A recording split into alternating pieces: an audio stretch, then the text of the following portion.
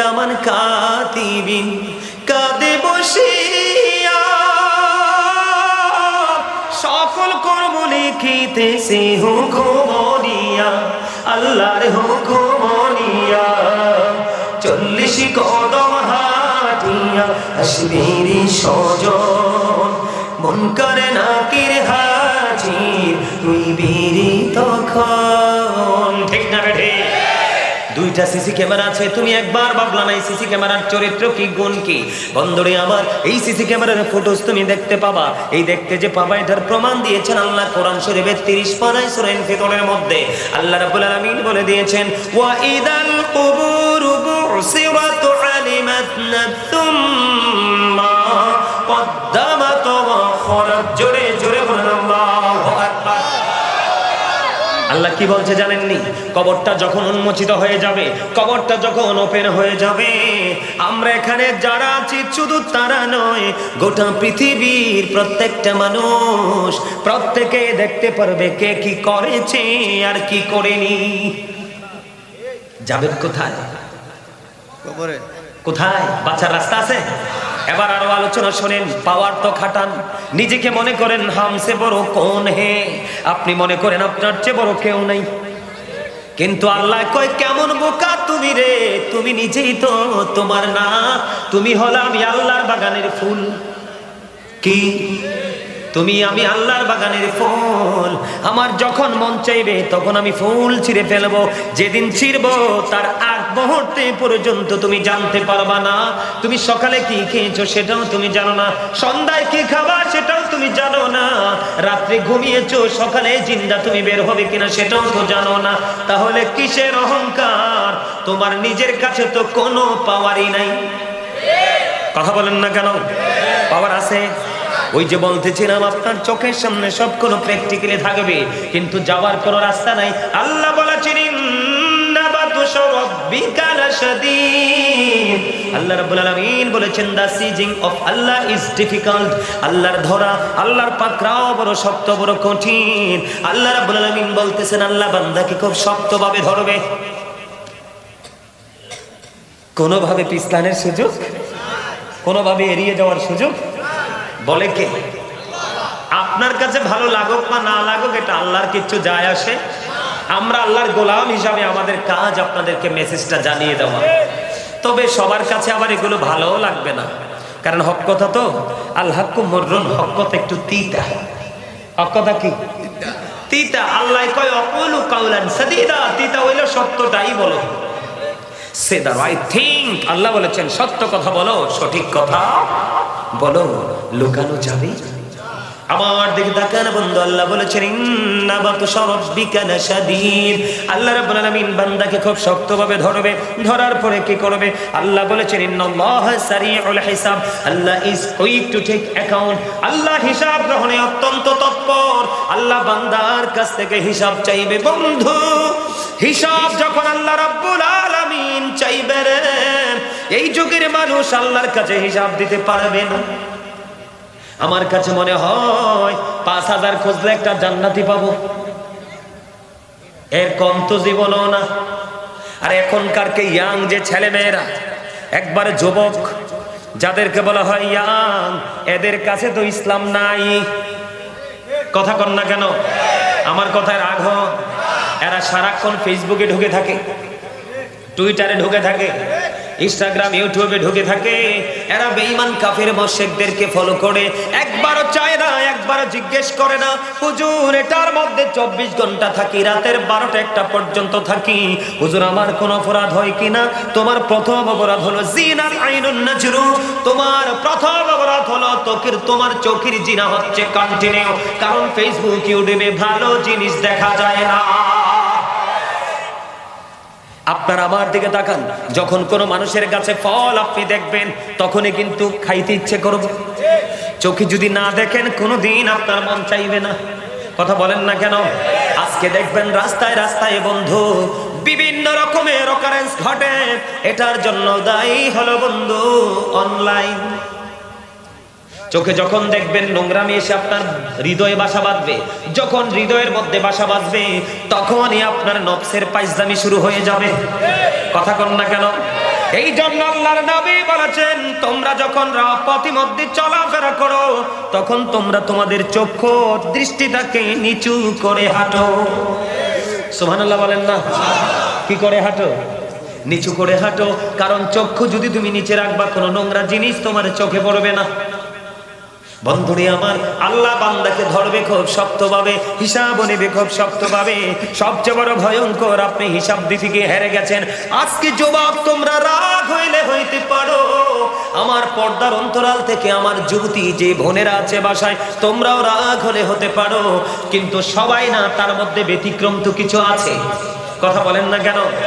ব্যতিক্রম অনেক যুবক যুবতী আছে, তারা আল্লাহর গোলামি করে এবং নারীরা পর্দা করে চলে, এরকম আছে। তবে ম্যাক্সিমামই নষ্ট, মুসলমানের চরিত্র নাই, তারা বেঈমান কাফিরদেরকে ফলো করে।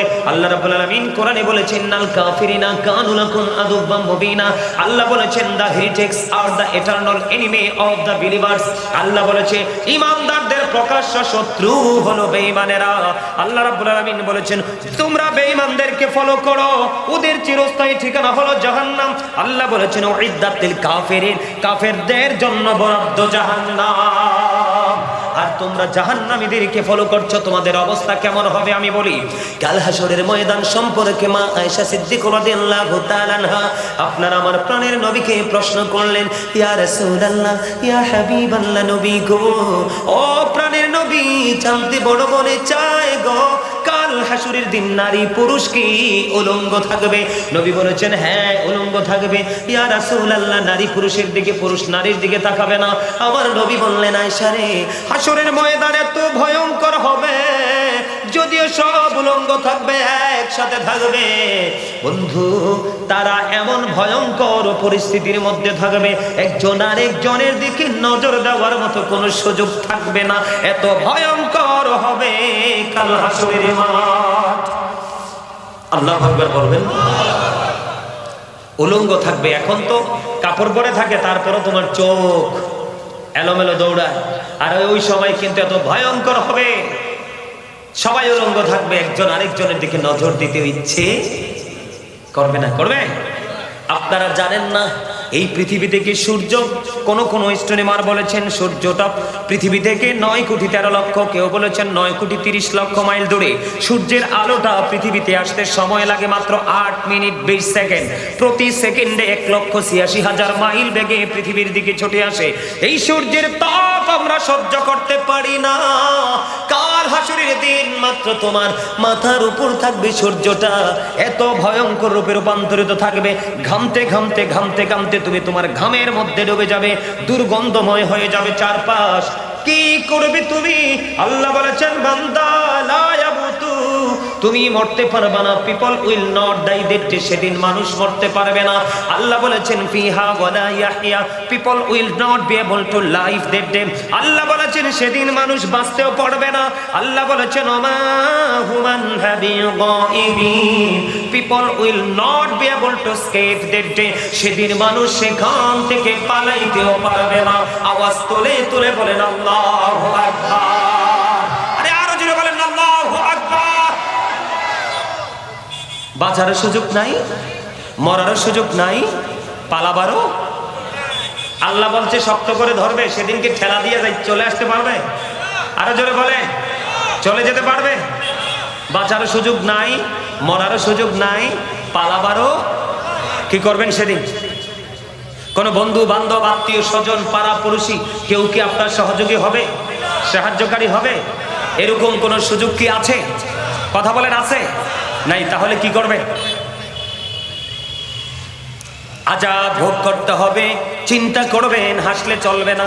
এগুলো ব্রেইনে ঢুকাবেন। যদি ব্রেইনে না ঢুকাতে পারেন, বসে থেকে লাভ নাই, বাড়ি গিয়ে ঘুমান। আগামীকালকে সকালে কাজে যাবেন, এটা অনেক ভালো। তবে 2টা চোখ খাটার পরে বুঝবেন দুনিয়া এবং দুনিয়ার ঘুম কত বিষাক্ত। আরো শুনবেন নি? একেবারে কম আযাব যার দেওয়া হবে, একেবারে কম, একেবারে নগণ্য, একেবারে ছোট্ট যে আযাব, সে আযাবটা হলো আগুনের এক জোড়া জুতা। এই আগুন কিন্তু দুনিয়ার আগুনের মতো না বন্ধু, এই আগুনটা পৃথিবীর আগুনের মতো নয়। এই আগুনটা তো ভয়ঙ্কর হবে, এত মারাত্মক হবে, তোমরা কোনোদিন বুঝতে পারবা না। হযরত আবু হুরায়রা রাদিয়াল্লাহু তাআলা আনহু থেকে হাদিস কানা বর্ণিত, আমার নবী আপনার নবী তো জাহানের বাদশা নবী বলে দিয়েছেন, আল্লাহ জাহান্নামের আগুনটাকে 1000 বছর তাপ দিয়েছে, আগুনের রং হয়ে গেছে লাল। নাউজুবিল্লাহ বলেন না। আরো 1000 বছর তাপ দিয়েছেন, আগুনের রং হয়ে গেছে সাদা। আরো 1000 বছর তাপ দিয়েছেন, আগুনের রং হয়ে গেছে কালো।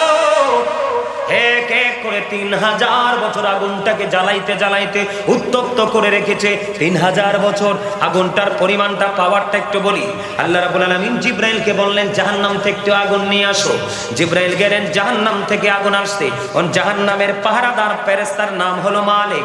ওনার কাছে গিয়ে বললেন একটু আগুন বের করতে হবে। কয় কতটুকু? কয় এই আঙ্গুলের মাথায় যতটুকু ওঠে ততটুকু। মালিক ফেরেশতা ডাক দিয়ে বলে আল্লাহর ইজ্জতের কসম করে বলছি জিবরাইল, এই আঙ্গুলের মাথায় যতটুকু আগুন বের করা যায়, আগুন যদি বের করো, এটা এত পাওয়ার, আল্লাহর আলম 7 আসমান 7 জমিন পড়ে ছাই হয়ে যাবে। তুমি একটা কাজ করো, পরিমাণটা কমাও। আল্লাহর কাছে দরখাস্ত দিয়ে পরিমাণটা কমালেন, পরিমাণটা হলো সরিষা পরিমাণ। আমি আগুনের পাওয়ার বোঝানোর জন্য বলছি। আল্লাহ রাব্বুল আলামিন অনুমতি যাবে সেই আগুন বরাদ্দ পাপীদের জন্য। শুধু এখানে ক্ষান্ত নয় বন্ধুরি আমার, শুধু এখানে ক্ষান্ত নয়। ও দাউদপুরের আমার ভাই বাবার, আমার মা বোনেরা হৃদয় খুলে শোনো গো, এখানে ক্ষান্ত নয়। জাহান্নামীদের আযাব আরো আছে বন্ধু, বলবো। আপনারা পৃথিবীতে খাবার ছাড়া বাঁচতে পারেন না, আমরা কি পারি? জাহান্নামী যারা হিসাব দিতে পারবে না, তাদের জন্য একটা খাবার কোরআন এসেছে, সেটার নাম হলো বন্ধু জাক্কুম। কি? সেটার নাম হলো বন্ধু জাক্কুম। এই জাক্কুম নামক এই বিষাক্ত খাবারটা এত পাওয়ারফুল, বর্তমানে যদি দাউদপুরের জমিনে একটা ফোঁটা যদি পড়ে, কিয়ামত পর্যন্ত গোটা পৃথিবীর মাটি বিষাক্ত হয়ে যাবে। ও বন্ধু, পৃথিবীর বুকে কিয়ামত পর্যন্ত কোনো ফসল ফলানো যাবে না। জোরে কন্যা নাউজুবিল্লাহ। এই ভয়ঙ্কর খাবার জাক্কুম আপনার আমার জাহান্নামীদের জন্য বরাদ্দ। মুখের সামনে আনতে দেরি এত বিষাক্ত দাঁতগুলো পড়ে যাবে, পেটের মধ্যে যাইতে দেরি সরিষা পরিমাণ, ভিতর থেকে সব কিছু লিকুইড বের হয়ে যাবে। ও বন্ধু, এত ভয়ঙ্কর সেই জাক্কুম খাবার পাপীদের জন্য বরাদ্দ। হাদিস শরীফের মধ্যে সে যার একটা খাবার পাপীদের জন্য বরাদ্দ, সেই খাবারটার নাম হলো তিনাতুল খাবার। ইয়া রাসূলুল্লাহ, ইয়া হাবিবাল্লাহ, নবী গো, এই তিনাতুল খাবারটা কি গো নবী? আমার নবী ডেকে ডেকে বললেন এই তিনাতুল খাবারটা হলো আরেকটা জাহান্নামীর নিংড়ানো রক্ত অথবা পুঁজ। আপনারা মনে হয় কথাটা বোঝেন নাই। মানুষের গায়ে পচন ধরে না, আবার অনেকের গায়ে দেখবেন বড় বড় ফোড়া হয়, অনেক বড় করে হয় না? এটা পাকবে, পাকার পরে দেখবেন টিপ দিলে রক্ত পুঁজ, পচা দুর্গন্ধযুক্ত রক্ত পুঁজ বের হয়। একটা জাহান্নামী কিন্তু আপনার তাকে শুধু আপনি ফেলেই রাখবে না, সে পরে পরে পরে পরে একবারে লিকুইড হয়ে যাবে, ওই যে জুসের মতো, আবার তাকে বানানো হবে। এইভাবে তার সাজা চলতেই থাকবে। নাউজুবিল্লাহ বলেন না। এই যে রক্ত পুঁজ গুলো আরেকটা জাহান্নামীর জন্য খাবার। নাউজুবিল্লাহ বলেন না। সহ্য করা যাবে? আরো জোরে বলেন না। সহ্য করার জিনিস এগুলো। এই দুনিয়াতে কাজ করতে করতে বন্ধু মানুষ ক্লান্ত হয়ে যায়, যায় কি যায় না? একেবারে ক্লান্ত হয়ে যায়। প্রাণের তৃষ্ণা লাগলে মানুষ পানি চায়। গরম পানি দিলে কিন্তু কলজা ভিজে না, ফ্রিজের পানি মিশাইয়া খায়। বিশেষ করে রোজা রাখলে প্রত্যেকটা দিন মানুষ রোজার ভিতরে কি করে? কথা কয় না। ঠান্ডা পানি খায় না, ফ্রিজের পানি দিয়ে কলিজাটা ভিজে যায়। কিন্তু বন্ধু, তোমরা সবাই হৃদয় খুলে শোনো, জাহান্নামী যারা, পাপী যারা, নোংরা মানুষ যারা, যাদের মনের করে শুধু ময়লা, আল্লাহর হাবিব জানিয়ে দিয়েছেন তাদের যখন পানির তৃষ্ণা লাগবে, পানির জন্য হাহাকার শুরু হয়ে যাবে। এত তপ্ত গরম পানি তাদের মাথায় ঢেলে দেওয়া হবে, পেটের মধ্যে ঢুকবে। আল্লাহ রাসূল বলেছেন 2 পায়ের মধ্যখান দিয়ে সব কিছু ম্যাঙ্গো জুসের মতো লিকুইড হয়ে বের হয়ে যাবে। ওই যে বলেছি লা ইয়াবুতু, মরতে পারবা না, ফিহা ওয়ালা ইয়াহইয়া, বাঁচতেও পারবা না, ওয়া বাহুমান হাবি গায়বিন, পালাইতেও পারবা না। আল্লাহ বলেছেন ইন্না বাতুশা রাব্বিকা লাশাদীদ, আল্লাহ বলেছেন ধরবে খুব শক্তভাবে, ওখান থেকে পিছলাইতেও পারবা না। হুজুররা ওয়াজ করলে সামনাসামনি হয়তো চক্ষু লজ্জায় কিছু বলে না, পিছনে পিছনে অনেকেই দেখি হুজুরদেরকে নিয়ে কত মন্তব্য করে। ওরাই থাকবে সর্বোচ্চ সম্মানের আসনে, আর যারা মন্তব্য করে তারাই থাকবে সবচেয়ে নোংরা জায়গায়, যেই নোংরামির সম্পর্কে বর্ণনা করে শেষ করা যায় না। মৃত্যু কেমন হবে জানেন?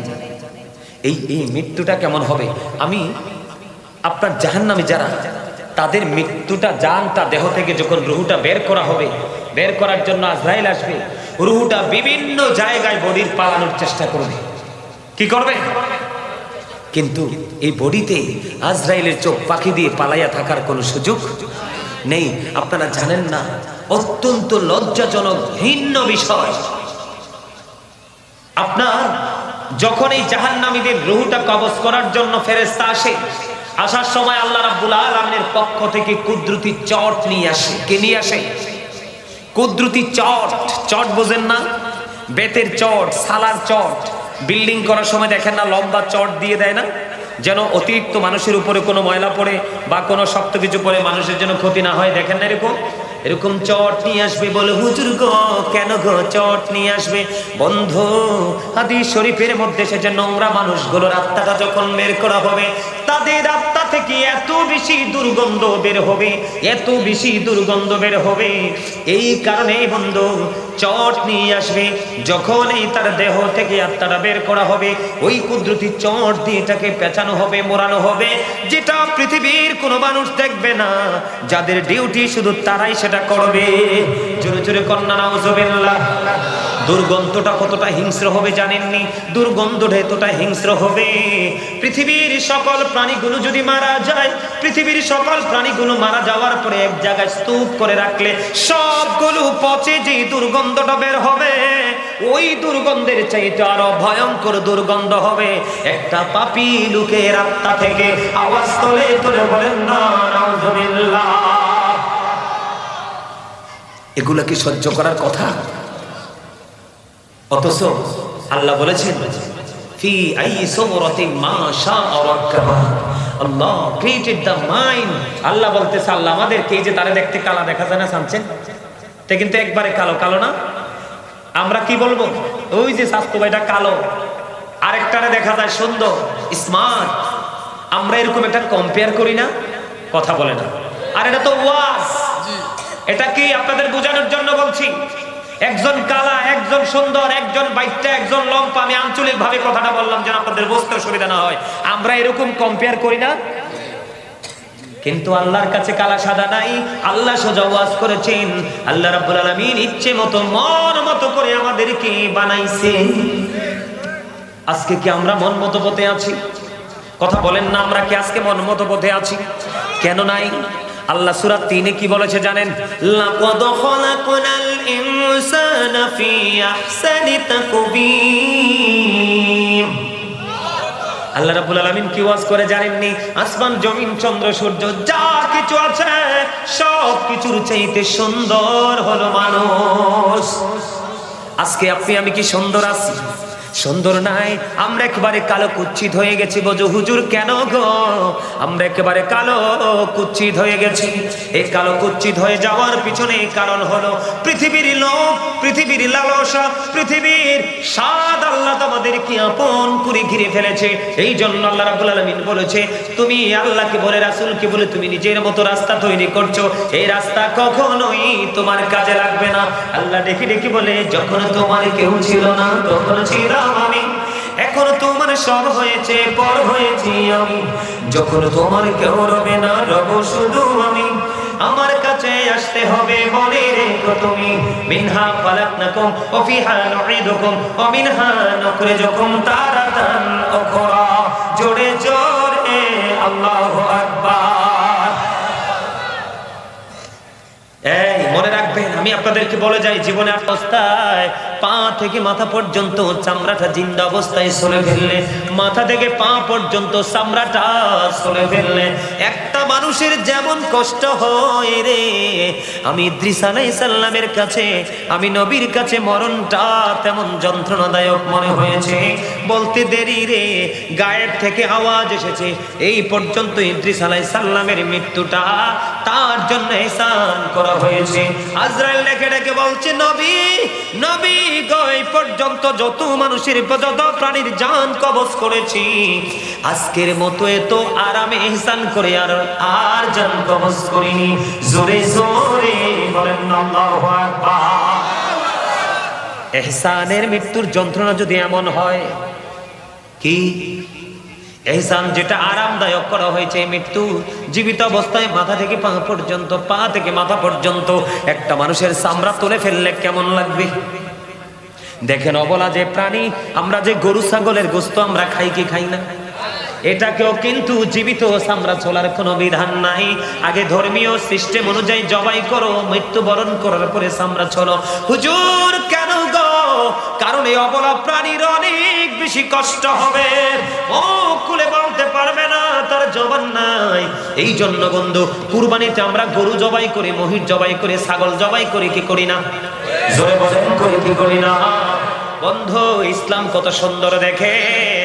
আপনার যে পশু জবাই করবেন, ধুতা কোনো ছুরি বা তলোয়ার দিয়ে পশু জবাই করা যাবে না, একেবারে ধারালো তলোয়ার দিয়ে জবাই করতে হবে। হুজুর ঠিক কিনা বলেন? এটা পশু জবাইয়ের একটা গুরুত্বপূর্ণ মাসালা।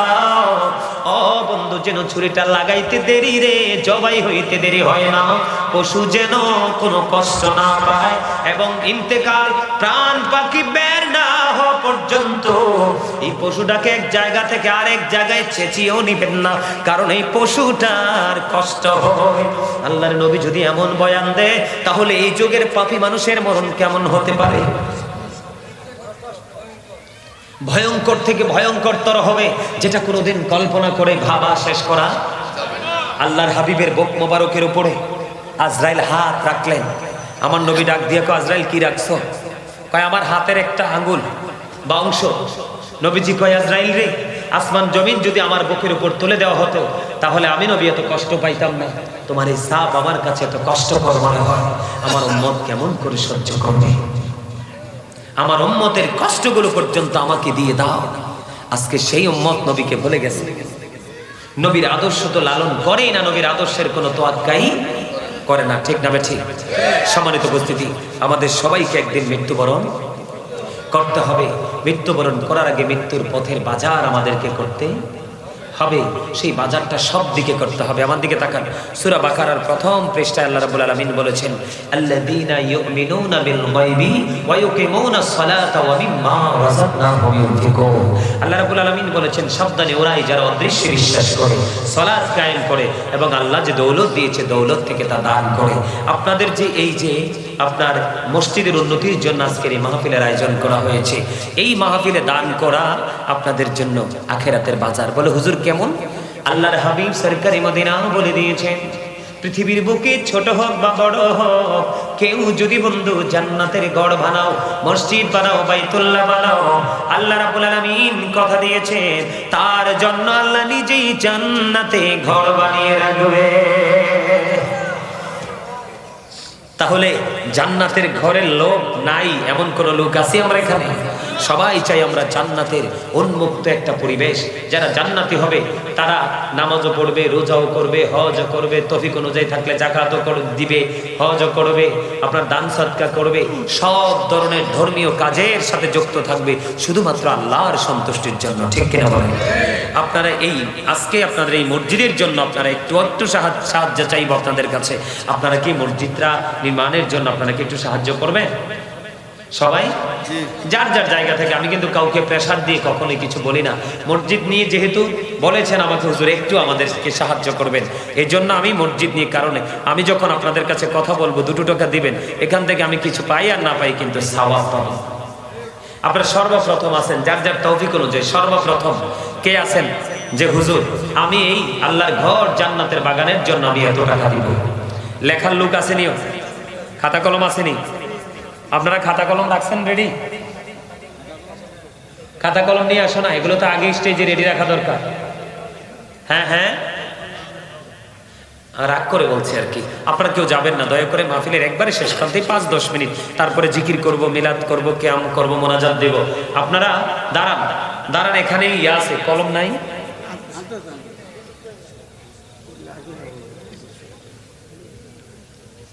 আপনাদের অনেক কিছুতে সমস্যা, আপনারা রাগ করবেন না। 41তম মাহফিল, আমার মার মুখে শুনছি, যার হয় তার 8 বছরে হয়, যার হয় না তার 80 বছরে হয়। যার বিবেক হয় সে 8 বছরে তার বিবেকের যেই বিচক্ষণতা সে প্রকাশ করে, আর যার হয় না সে 80 বছরেও পারে কথা কয় না। আমাদের রাসূল যখন পৃথিবীতে আসছে ছোট্ট ছিলেন, অন্য সবাই যাইতো খেলাধুলার মাঠে, আর তিনি নির্জনে বসে ধ্যান করতেন। তখনই বুঝতেন যে তিনি আসলে সাধারণ কোনো শিশু নয়। ঠিক না ঠিক? হ্যাঁ, আপনারা দয়া করে কেউ যাবেন না। এখন যদি যান তাহলে আমি মনে করব অর্থ দেয় কে, আবার নেয় কে? আপনাদের দিকে পানিটা নিয়ে আছে, একদিকে ভাঙে না আবার আরেক দিকে গড়ে না। এখানে পৃথিবীর কারো হাত আছে? করেন কে? এগুলো আমাদেরকে দেখে দেখে শিখার জন্য বলে। হ্যাঁ, আল্লাহ রাসূল বলেছেন বুদ্ধিমান মানুষ ওরাই যারা অসুস্থ হয়ে যাওয়ার আগে সুস্থতাকে কাজে লাগায়। বুদ্ধিমান মানুষ হলো ওরাই যারা ব্যস্ত হয়ে যাওয়ার আগে অবসর সময়কে কাজে লাগায়।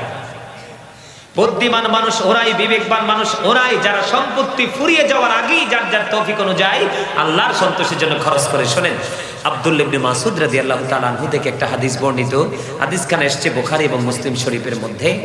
আল্লাহ রাসূল একদিন সাহাবায়ে কেরামদেরকে প্রশ্ন করলেন যে তোমাদের মধ্যে এমন কি কেউ আছো যে নিজের সম্পদের চাইতে ওয়ারিসের সম্পদ বেশি পছন্দ করো? সাহাবায়ে কেরাম বলেন, ইয়া রাসূলুল্লাহ, না, আমাদের মধ্যে এমন কেউ নাই যে নিজের সম্পদের চাইতে ওয়ারিসের সম্পদ বেশি পছন্দ করি। তখন নবীজি আবার পুনরায় বলতে লাগলেন যে ওইগুলো হলো তোমার নিজের সম্পদ যা তুমি মৃত্যুবরণ করার আগে আল্লাহর সন্তুষ্টির জন্য খরচ করে যাও। আর যদিও তোমার সম্পত্তিগুলো তোমারই উপার্জিত সম্পদ, তুমি পৃথিবীতে রেখে গেছো, কিন্তু তোমার মরার পরে এই সম্পত্তি আর তোমার না, এগুলো তোমার ওয়ারিসের। তো এই জন্য আপনাদের আমাদের সবার উচিত, এই আপনারা আমার সাথে তো মোবাইলটা নাই, আপনারা শুনলে আশ্চর্য হবেন। 30 বছরের একটা পুরনো মসজিদ, মাটির ঘর, টিনের চালে নামাজ পড়তো আমার গ্রামের মানুষ। এত ভয়ঙ্কর অবস্থা হয়েছে, এই বছর আমি অদম গুনাহগার এই মসজিদের কাজ ধরেছি। আপনার আমার মুষ্টিময় কিছু মহব্বতের মানুষ, এলাকার কিছু মানুষ আপনার অল্প কিছু টাকা দিয়েছেন। কত? অল্প কিছু টাকা দিয়েছেন। মসজিদে প্রায় 40 লক্ষ টাকার উপরে মনে হয়ে গেছে। আমার এখনো আমি সঠিক হিসাবটা করিনি, কারণ সময় পাই নাই। এর মধ্যে পুরো টাকা, ম্যাক্সিমাম টাকাই আমি অদম গুনাহগার দিয়ে মসজিদ, আগে ছিল পাঞ্জেগানা আর এখন হয়েছে জুমার মসজিদ। কিসের মসজিদ? জুমার মসজিদ। এই যে গত জানুয়ারির প্রথম শুক্রবার থেকে জুমা চালু করছি এবং প্রত্যেক জুম্মার বলে আসছি যে জুম্মার খতিব যিনি জুম্মা পড়াবেন ওনার জুম্মার হাদিয়াটা প্রতি বছর আমি যতদিন আল্লাহ আমাকে বাঁচিয়ে রাখে, আমি প্রতি মাসে মাসে এই খতিব সাহেবের হাদিয়াটা আমি দিব যতদিন আল্লাহ আমাকে বাঁচিয়ে রাখে। অথচ আমি থাকি মানুষের বাড়িতে ভাড়া, কারণ আমি জানি ভাড়া থাকলেও মরতে হবে, নিজে ঘর বানাইয়া থাকলেও মরতে হবে। তো রাসূল বলছে উপরে গেলে নাকি ঘর পাওয়া যাবে, আল্লাহর বানানো ঘর, জান্নাতের বাগানে। এই জন্য আমি বলছি দুনিয়া ভাড়া থাকলেও মরবো, নিজের বাড়িতে থাকলেও মরবো, তো উপারের ঘরের ব্যবস্থা করি।